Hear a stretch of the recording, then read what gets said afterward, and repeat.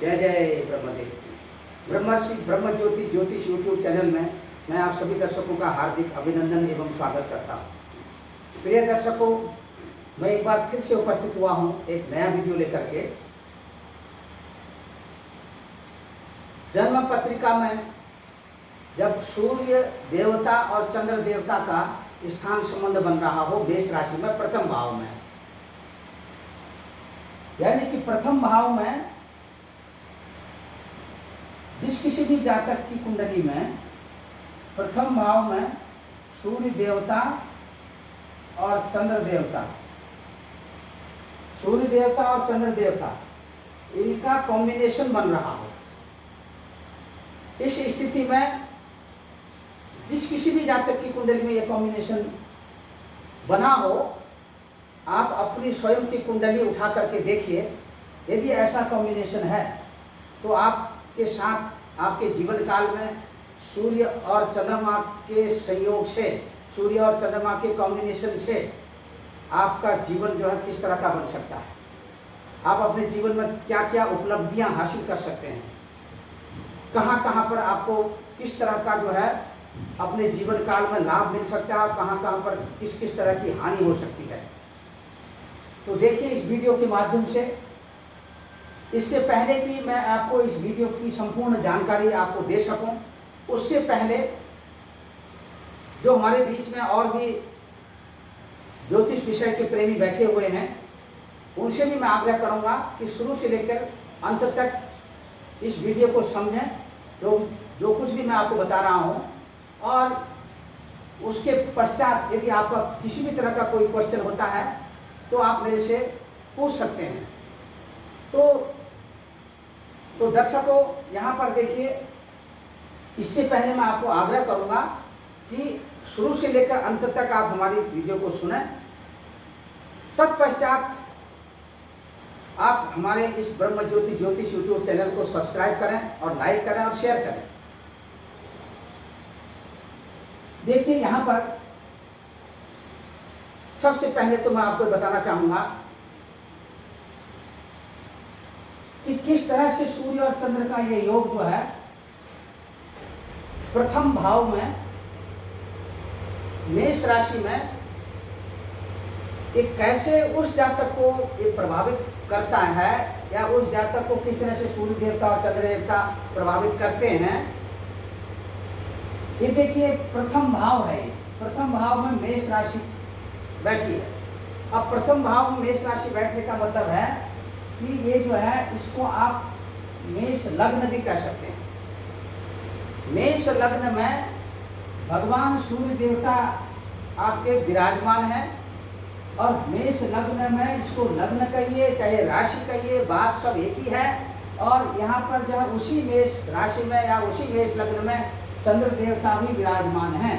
ये आपकी कुंडली में उतने समय के लिए जब आपका जन्म हुआ हो उस समय की जो स्थिति बनी हो, ग्रहों का जो कॉम्बिनेशन चल रहा हो, उसमें सूर्य चंद्र का योग जिस किसी भी जातक की कुंडली में इस तरह का योग पड़ा हो तो उनके जीवन काल में किस तरह की स्थिति बनेगी, ये देखिए कैसे किस तरह से। इससे पहले कि मैं आपका ध्यान थोड़ा सा इस ओर आकर्षण करना चाहता हूँ या आकर्षित करना चाहता हूँ कि आप बहुत से लोगों को ये प्रथम भाव क्या है और ये भाव कैसे बनते हैं। दर्शकों देखिए, ये जो भाव हैं आकाशीय सौरभ मंडल में, सौरभ मंडल में जिसको हम जोडियाक कहते हैं अंग्रेजी में, आकाशीय सौरभ मंडल का जो खाका है, गोलीय जो वृत्त है, खगोलीय वृत्त जिसको कहते हैं, वह वृत्त जो है 360 अंश का है। ये देखिए 360 अंश का है। अब ये 360 डिग्री का कैसे बना? कोई भी गोलीय पदार्थ जो है वो 360 डिग्री का ही होता है। और इसमें जो है अब यहाँ पर 360 का इस गोलीय पदार्थ से, इस जोडियाक से क्या संबंध है? देखिए, इसी जोडियाक को जो है 12 भागों में विभक्त कर दिया। इस जोडियाक के 12 भाग कर दिए, और जब 12 भागों में विभक्त कर दिया, इनको बांट दिया, तो ये 12 अलग अलग कोष्ठक हो गए, अलग अलग खाने हो गए। यानी कि एक खाना जो है, एक भाव जिसको हम कहते हैं प्रथम भाव, इसको कहते हैं फर्स्ट हाउस, प्रथम भाव। एक खाना जो है ये 30 डिग्री का है। कितने डिग्री का है? 30 डिग्री का है। अब 30 डिग्री का जो ये भाव हो गया एक भाव, यानी एक राशि जो है 30 अंश की होती है। इस तरह से जो है अब अलग अलग राशियां हैं। देखिए, मेष राशि का वृषभ राशि, मिथुन राशि, कर्क राशि, सिंह राशि, कन्या राशि, तुला राशि, वृश्चिक राशि, धनु राशि, मकर राशि, कुंभ राशि और मीन राशि। इस तरह से ये अलग अलग राशियां, क्योंकि जोडिया की जो प्रथम साइन है वो एरीज है, मेष राशि, इसीलिए हमने मेष राशि को हमने सर्वप्रथम लिखा। नहीं तो वृषभ भी लिख सकते थे, मिथुन भी लिख सकते थे। हाँ, इतना जरूर है, जिस किसी भी जातक की कुंडली का हम जब निर्माण करते हैं, उसके date of birth, place of birth, time of birth के आधार पर करते हैं।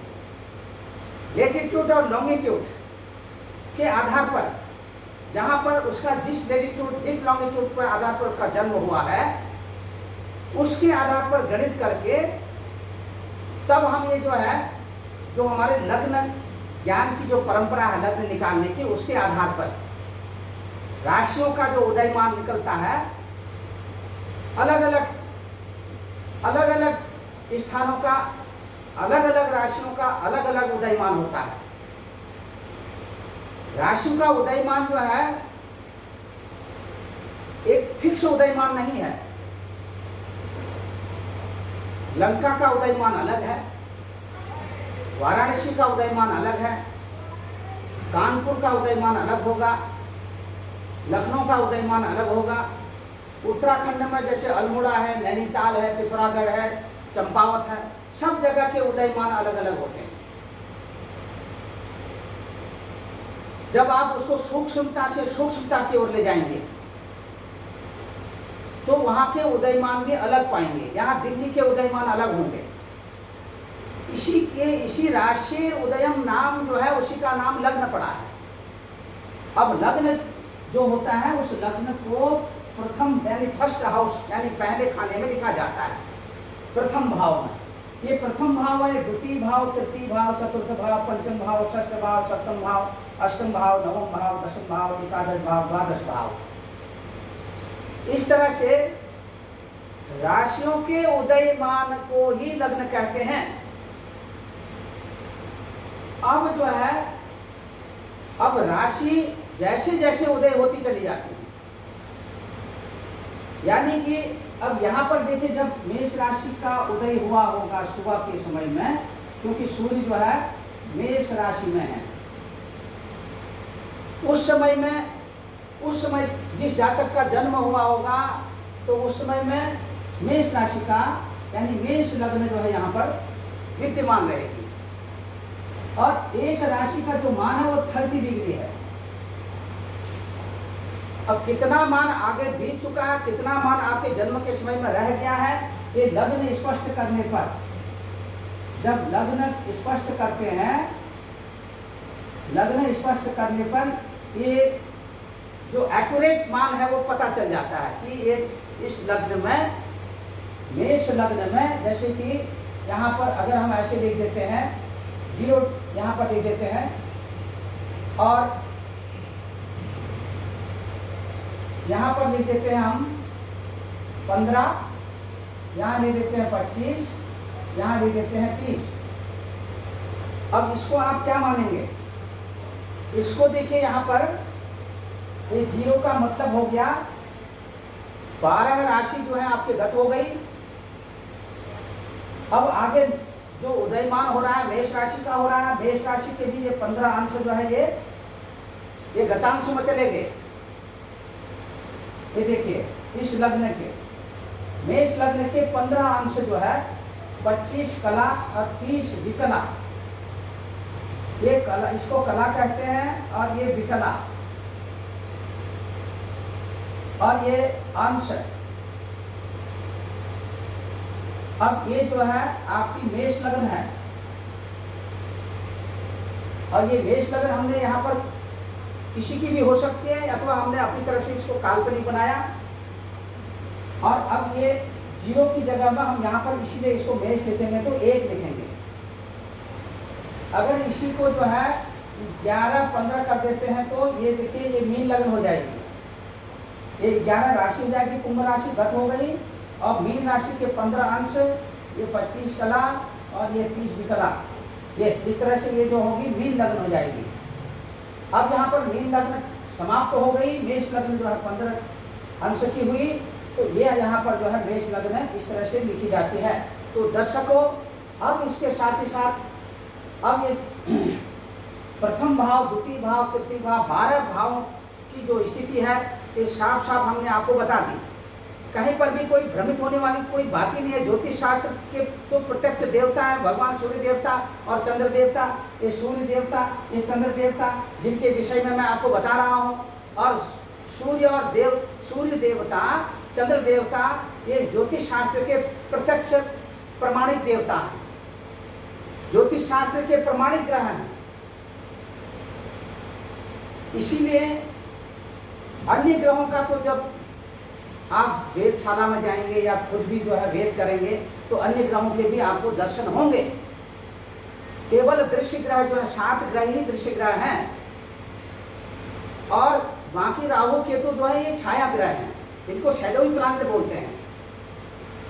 यहाँ पर जो है स्थिति, अभी हमारा जो लक्ष्य है आपको वीडियो बना करके जो हम भेज रहे हैं, ये आपको ये समझाना है कि सूर्य चंद्र का योग मेष राशि में प्रथम भाव में जो है यदि आपकी कुंडली में है तो क्या क्या आपके साथ में किस तरह की घटनाएं घट सकती हैं आपके जीवन काल में।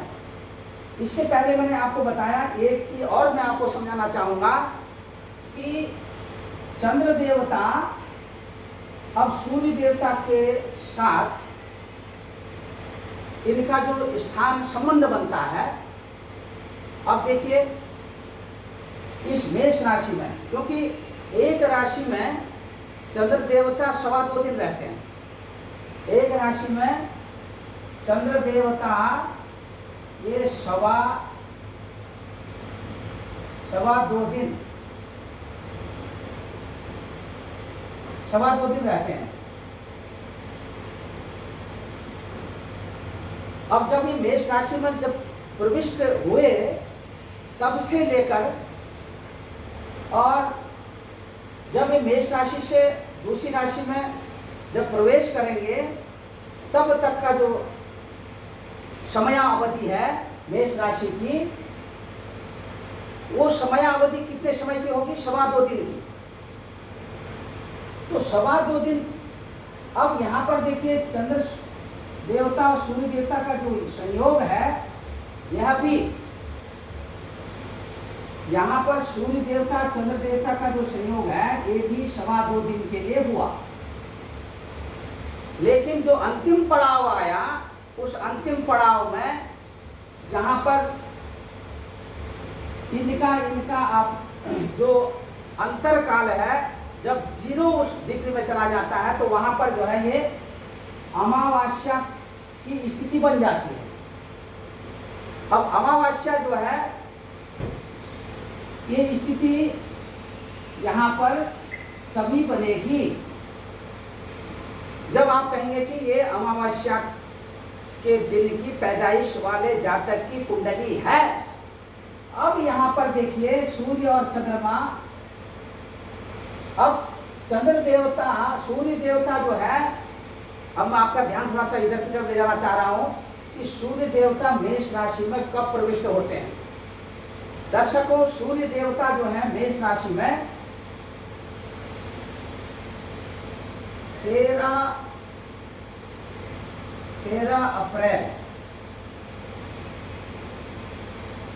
अप्रैल को सूर्य देवता मेष राशि में प्रवेश करते हैं, और जिसको वैशाखी कहते हैं।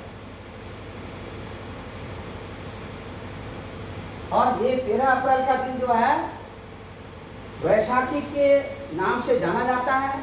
और ये वैशाखी पर्व जो है, यानी कि मेष संक्रमण यानी वैशाखी जो पर्व है,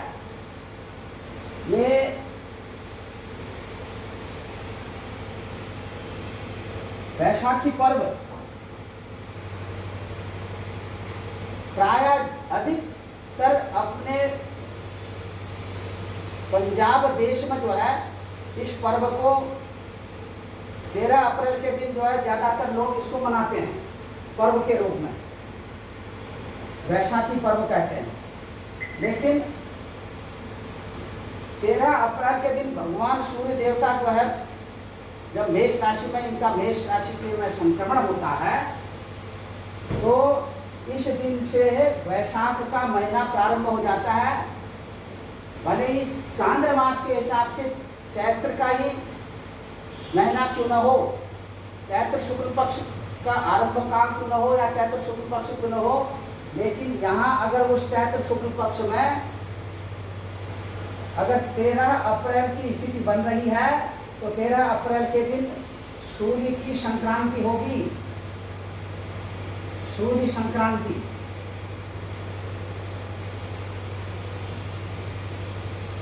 अब 13 अप्रैल से लेकर के एक महीने तक सूर्य देवता एक राशि में रहते हैं, तो ये 14 मई को ये वृषभ राशि में जाएंगे, 14 मई को वृषभ राशि में प्रवेश करेंगे। इस तरह से जो है मेष से लेकर के मीन तक 12 राशियों में भगवान सूर्य देवता का संक्रमण होता रहता है, जिनको हम संक्रांति करके जानते हैं। अलग अलग संक्रांतियों के अलग अलग नाम हैं, मेष संक्रांति, वृषभ संक्रांति, मिथुन संक्रांति, कर्क संक्रांति, सिंह संक्रांति, कन्या संक्रांति, तुला संक्रांति, वृश्चिक संक्रांति, धनु संक्रांति, मकर संक्रांति, कुंभ संक्रांति, मीन संक्रांति। इसी क्रम में जो है मास सौर मास की गणना भी की जाती है। 13 अप्रैल से लेकर के ये 14 मई तक ये जो है वैशाख का महीना रहता है, और 14 मई को ही जब वृषभ संक्रांति हो जाएगी फिर जेठ का महीना लग जाएगा। और यहाँ पर देखिए हमारे जितने भी शुभ काम हैं, जब वैशाखी हो जाएगी, वैशाख का महीना लग जाएगा, व्रतबंध, विवाह आदि शुभ कार्य प्रारंभ हो जाते हैं। यज्ञादि कर्म अनुष्ठान आदि शुभ कार्य प्रारंभ हो जाते हैं यहाँ से। और ये महीने जो है शुभ माने जाते हैं। शुभ कार्यों में जो है इन महीनों का समावेश किया गया है इनके गुणों के आधार पर। और यहाँ पर मैं आपको और बताना चाहूँगा कि देखिए अब भगवान सूर्य देवता तो एक महीने के लिए यहाँ आ गए, और चंद्र देवता देखिए, चंद्र देवता जो हैं अब मेष राशि में प्रवेश कर रहे हैं। तो मेष राशि में जब प्रवेश करेंगे तो आप इतना जरूर जान लीजिए, एक राशि में यानी कि 2.25 नक्षत्र होते हैं, और 2.25 दिन में ही जो है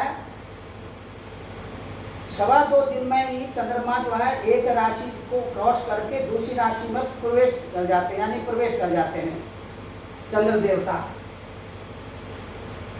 अब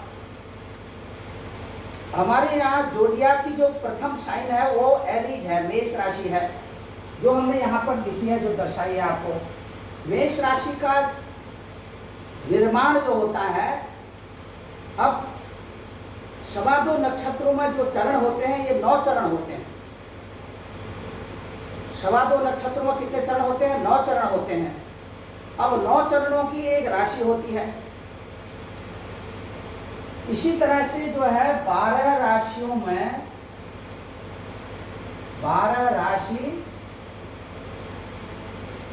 बराबर 108 चरण। इसी तरह से 27 नक्षत्र, 27 नक्षत्रों का मान, ये भी 108 चरण।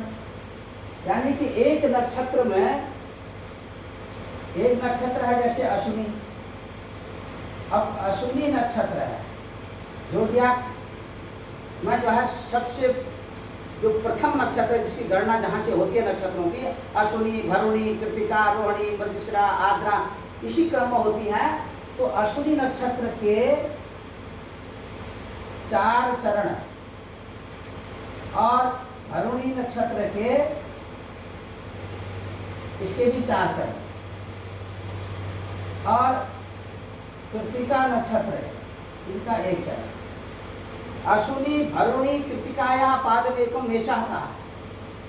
इसी क्रम में आगे फिर चलता ही जाएगा जब तक इन 108 चरणों का समावेश नहीं हो जाएगा, तब तक ये अलग अलग राशियों का निर्माण इन 9 चरणों के हिसाब से होता चला जाएगा। अश्विनी, भरुणी, अश्विनी के 4 चरण, भरुणी नक्षत्र के भी 4 चरण और कृतिका नक्षत्र का 1 चरण मिलकर के राशि का निर्माण होता है।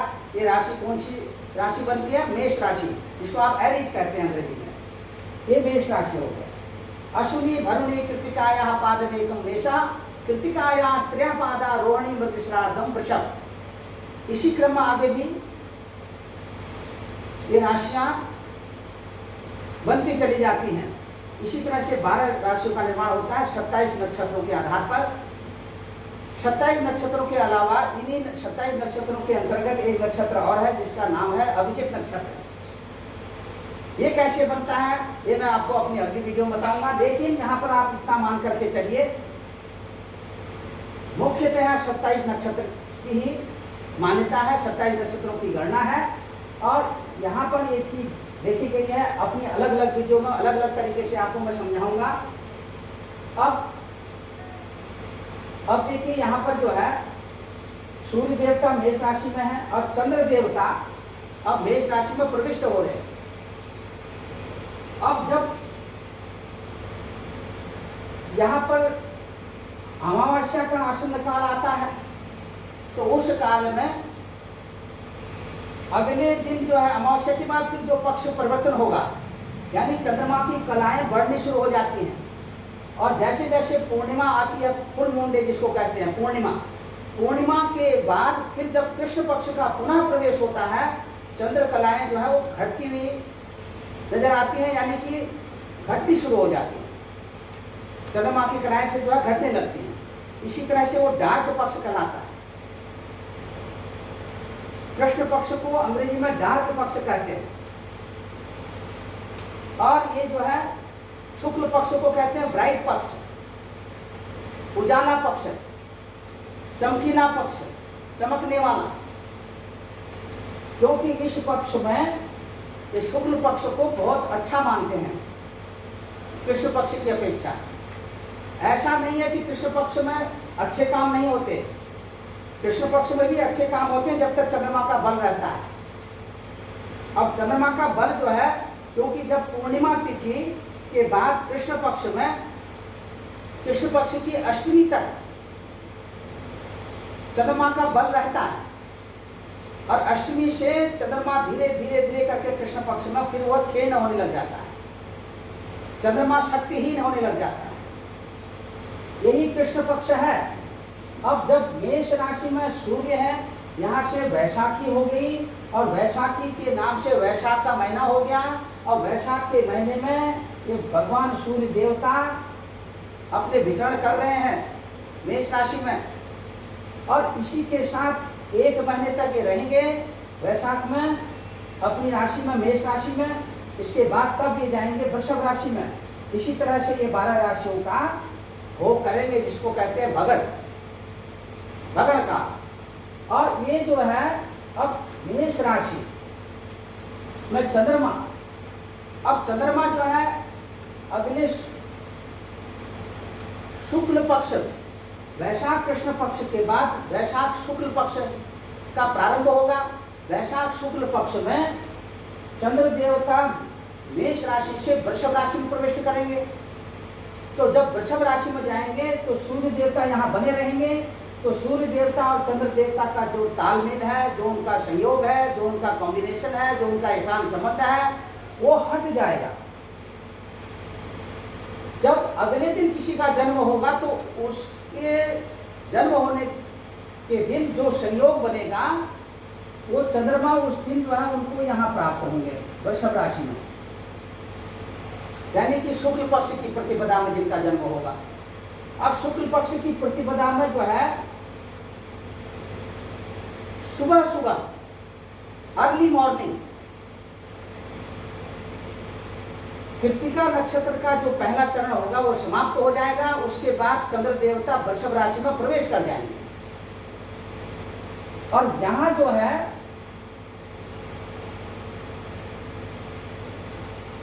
त्रयोदशी के दिन, अब देखिए यहां पर चंद्र देवता मेष राशि में कैसे प्रवेश कर रहे हैं, कैसे 2.25 दिनों तक अपनी स्थिति बना रहे हैं। देखिए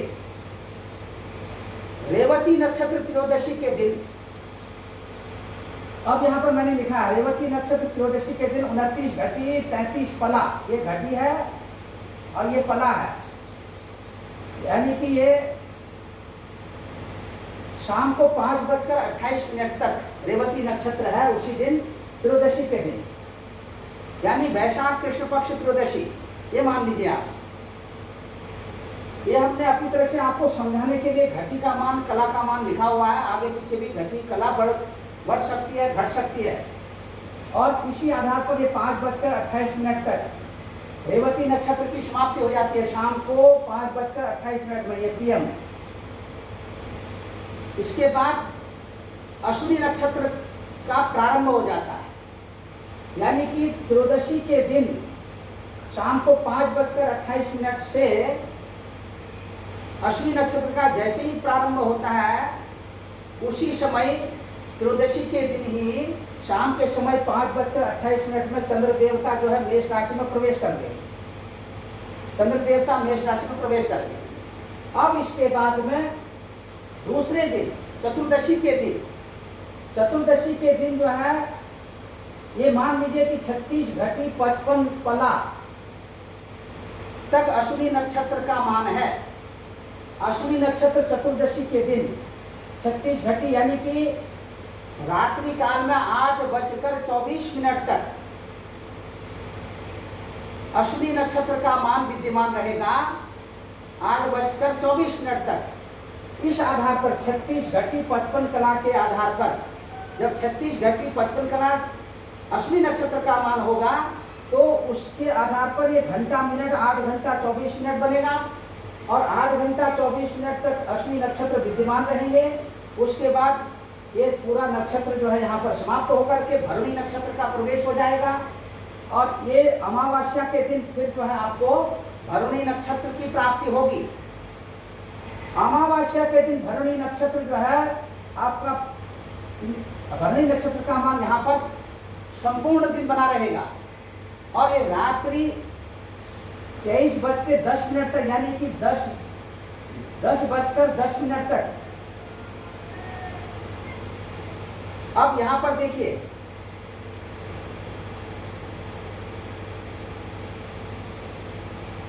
यहां पर थोड़ा सा ये देखिए 23:10 मतलब ये हो गया आपका 11:10,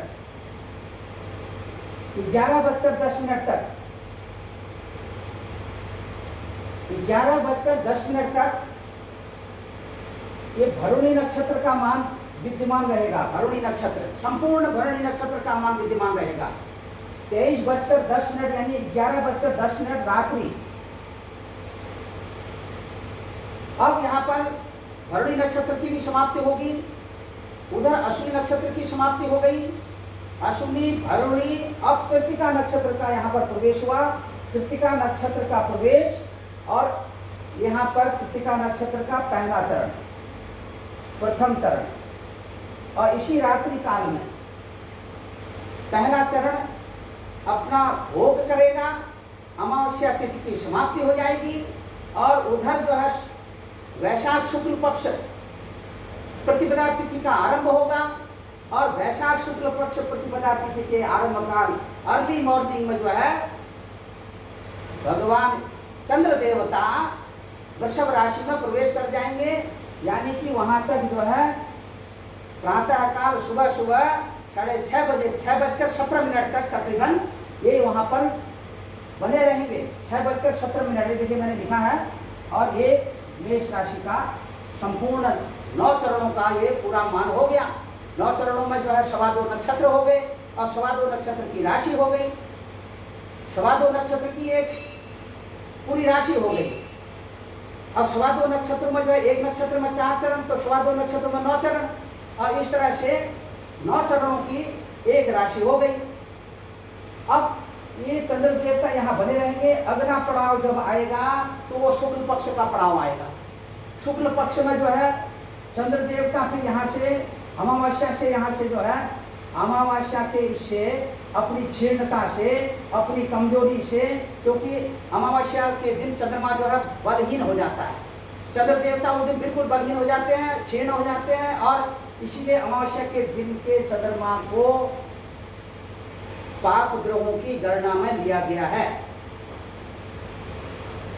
और चंद्रमा की हृष्टता, पुष्टता चंद्रमा से जो देखी जाती है, व्यक्ति के व्यक्तित्व का, उनके शरीर का तेज, चंद्रमा के कारण, किस चंद्रमा के कारण? पूर्ण चंद्रमा के कारण, शुक्ल पक्ष के चंद्रमा के कारण। और पूर्णिमा के बाद अष्टमी तिथि तक का जो चंद्रमा है, उस चंद्रमा का तेज जो है उस जातक पर अधिक प्रभावशाली देखा गया है। ऐसी स्थिति में अब जैसे मेष राशि से वृषभ राशि में चंद्रदेव आएंगे, तो यहाँ से सूर्य देवता के साथ इनका कॉम्बिनेशन छूट जाएगा। लेकिन अब 14 मई के दिन सूर्य देवता फिर यहाँ पर उपस्थित होंगे वृषभ राशि में। जेठ का महीना प्रारंभ होगा, उसके बाद चंद्रमा जो है ये अपनी 2.25 दिन राशि में विद्यमान रहते हुए आगे अपनी गति बनाए रखेंगे। इस तरह से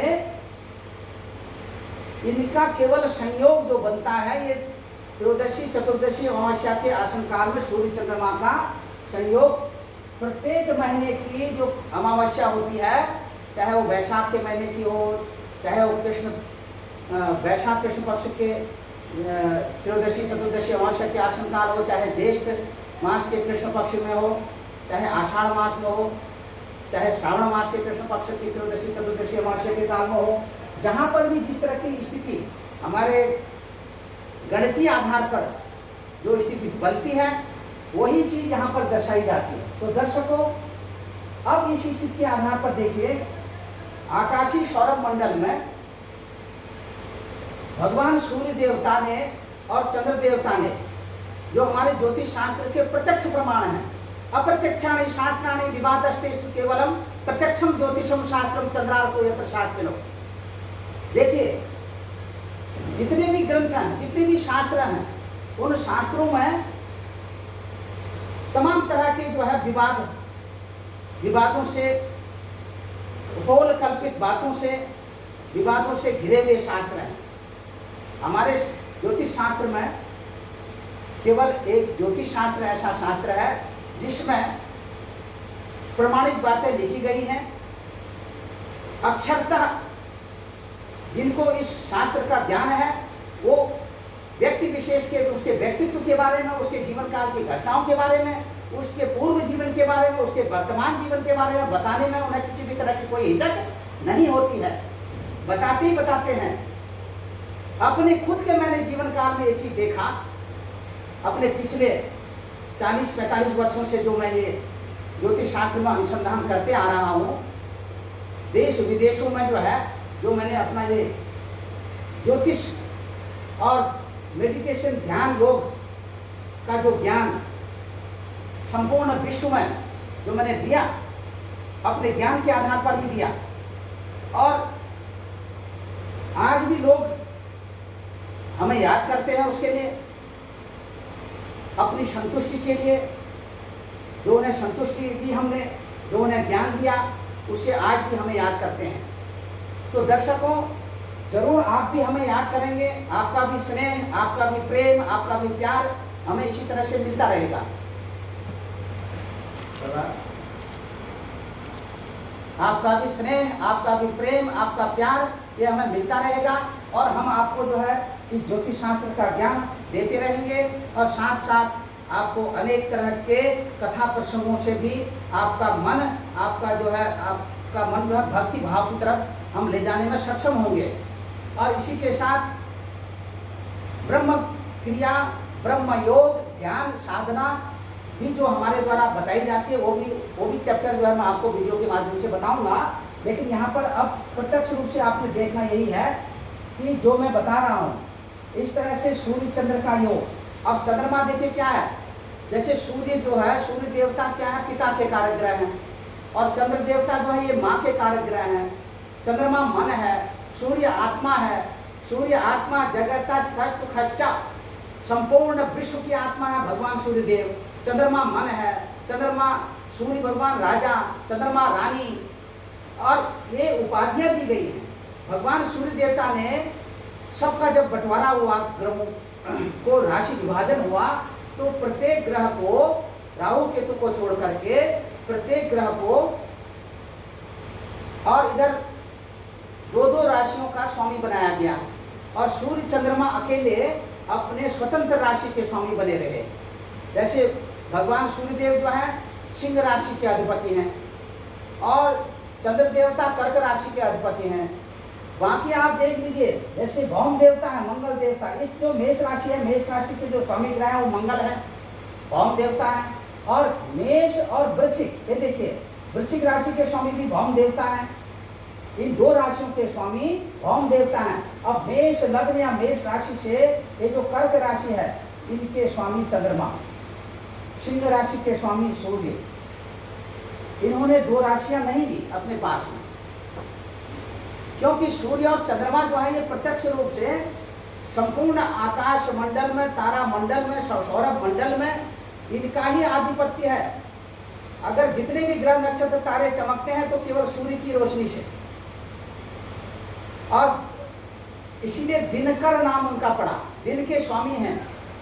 और रात में चंद्रमा के प्रकाश से जो है, उस चंद्रमा की जो रश्मियां निकलती हैं, शीतल रश्मियां, उन रश्मियों के कारण ही औषधि का निर्माण होता है। औषधि मतलब दवाई।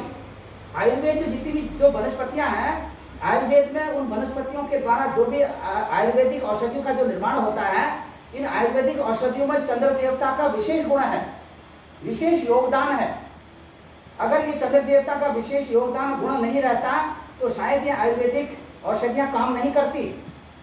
इसीलिए औषधियों में भी चंद्र देवता का जो गुण विद्यमान है ये पूर्ण रूप से विद्यमान है। तो दर्शकों, यहाँ पर चंद्रमा अगर क्षीण चंद्रमा है, जैसे ये चंद्रमा है, सूर्य और चंद्रमा का जो योग है, चंद्रमा जो है यहाँ पर क्षीण है, अमावस्या के आसन काल का चंद्रमा है। क्षीण चंद्रमा क्या करता है, व्यक्ति को रोगी बनाता है, कफ की बीमारी से जो है उसको ग्रसित करता है, रुग्ण बनाता है। और उसका मन जो है, उस जातक का जिसकी कुंडली में ऐसा योग होगा तो उसका मन चंचल होगा।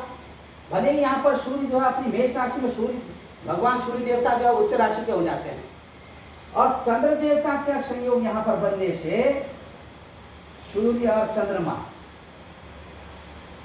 ये चंद्र देवता, सूर्य चंद्र का योग बनने से एक तो चंद्रमा का और सूर्य का जो योग बनता है लग्न में, ये आपके स्वास्थ्य को, शरीर को प्रभावित करता है, मन को चंचल बनाता है। और ऐसा व्यक्ति जो है छोटी छोटी बातों को लेकर के लड़ झगड़ पड़ता है, यानी कि कहीं पर भी समाज में इधर उधर में छोटी छोटी बातों में जो है उनको मुद्दा बना करके, उनको खोद खोद करके उनको बड़ा मुद्दा बना करके उसको एक मैटर बना देता है, और उसके कारण जो उस मैटर को उलझा देता है। उलझाने के बाद जो ऐसे जो लोग होते हैं वो जो है थोड़ा सा कुछ क्रोधी स्वभाव के भी होते हैं, मन में चंचलता रहती है, उद्वेग रहता है, मन अशांत रहता है, एक जगह मन लगता नहीं है, एक ही बार में कई कल्पनाएं करने लग जाते हैं, कल्पनाओं के जाल में खोए रहते हैं। ये स्थिति इनकी बनती है। सूर्य के भगवान सूर्य देवता इनके साथ जब तक इन दोनों का बना रहता है, ऐसे में जब जातक का जन्म हो जाता है, वो जातक इसी तरह से अपने जीवन काल में अनेक तरह की बीमारियों से ग्रसित हो जाता है। आँखों की यानी कि नेत्रों की जो रोशनी है वो कम हो जाती है। और हाँ, इतना जरूर है कि देखिए, अब यहाँ कोई प्रबल राजयोग की स्थिति भी ऐसी बनती क्योंकि यहाँ लग्न से प्रथम भाव से पंचम भाव का स्वामी जो ग्रह है, देवता है जो, वो सूर्य देवता है, और ये चतुर्थ भाव के स्वामी देवता जो वो चंद्र देवता है। और ये केंद्र और त्रिकोण का संबंध होकर के ये दोनों प्लैनेट जो है लग्न में बैठे हुए हैं। लेकिन यहाँ पर कमी क्या हो गई? कमी ये होगी कि जो है भगवान सूर्य देव तो अपने पावर में है, शक्ति में है, और यहाँ पर चंद्र देवता जो है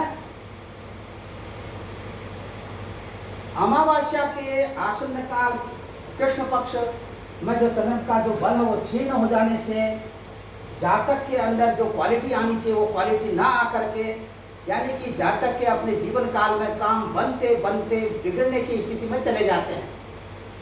जहाँ पर अच्छी पद प्रतिष्ठा मिलनी चाहिए, जहाँ पर राजनीतिक क्षेत्र में मंत्रित्व पद प्राप्त होना चाहिए, जहाँ उसकी जो आशा है वो आशा निराशा में बदल जाती है।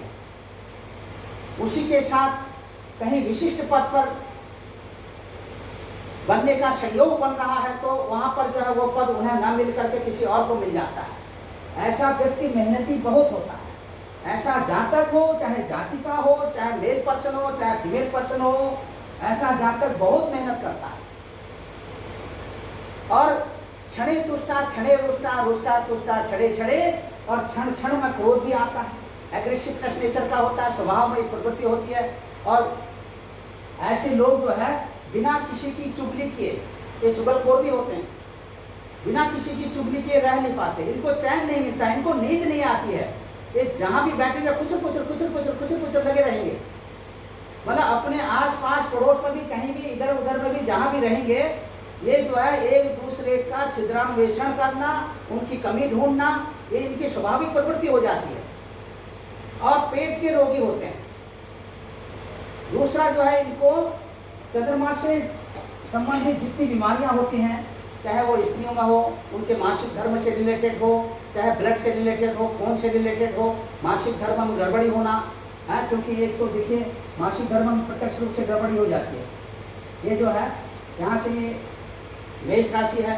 अब मेष राशि जिस किसी भी मेष लग्न में सूर्य का योग होगा, उस जातक को अगर फीमेल की कुंडली होगी तो उनको कहीं न कहीं उनके फीमेल ऑर्गन में जो है प्रॉब्लम आएगी आएगी, मासिक धर्म में प्रॉब्लम आ जाएगी, वहाँ समस्या खड़ी हो जाएगी। और आगे चल करके कितनी भी औषधि दवाइयाँ लें, उससे जब निराकरण नहीं होता है तो सूर्य चंद्रमा की आराधना करने से, भगवान सूर्य को जल देने से, चंद्रमा में जो है चंद्रमा का जो क्षीण प्रभाव है उसको ठीक करने के लिए पूर्णिमा का उपवास रखने से, इसी तरह से जो है इस कुंडली को बल प्राप्त होगा ऐसे व्यक्ति को जिस जातक की कुंडली में ऐसा योग होगा। इसी के साथ लेखन कला आदि के क्षेत्र में थोड़ा निपुणता हासिल करते हैं ऐसे लोग जरूर, ये मैं बताना चाहूँगा। जैसे आर्ट कला, डिजाइनिंग, पेंटिंग, इस तरह का डांसिंग, ये सब शौक होता है। चाहे वो फीमेल पर्सन है तो उसको भी शौक रहता है, मेल पर्सन को भी रहता है। और दूसरा, तकनीकी के क्षेत्र में भी काफ़ी अपनी निपुणता हासिल करते हैं। तकनीकी के क्षेत्र के साथ साथ जैसे आर्किटेक्ट वगैरह होते हैं, और ग्रहों का निर्माण करने वाले, घरों से संबंध रखने वाले,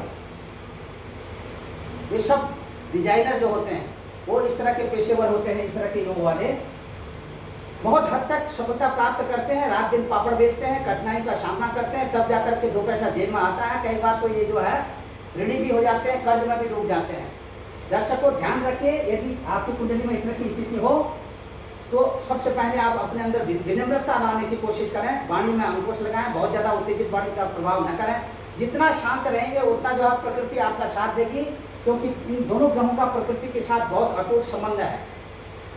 प्राकृतिक सहयोग तभी आपको मिलेगा। मान सम्मान, यश और प्रतिष्ठा यदि अर्जित करनी है, ऐसे ग्रहों की सहयोग में आपका जन्म हुआ है तो निश्चित तौर पर भगवान सूर्य देवता को आप तांबे के लोटे में जल लेकर के नित्य प्रतिदिन प्रातःकाल के समय जल लेकर के उसमें रक्त चंदन डाल करके, उसमें गुड़ डाल के, और भगवान सूर्य देवता को खुले मैदान में जा करके किसी तुलसी के पौधे में या कोई फूल के पौधे में जा करके और सीधे खड़े होकर के उगते हुए सूरज, यानी भगवान सूर्य देवता जब उदय होते हैं उगते हुए सूरज को जल देना चाहिए।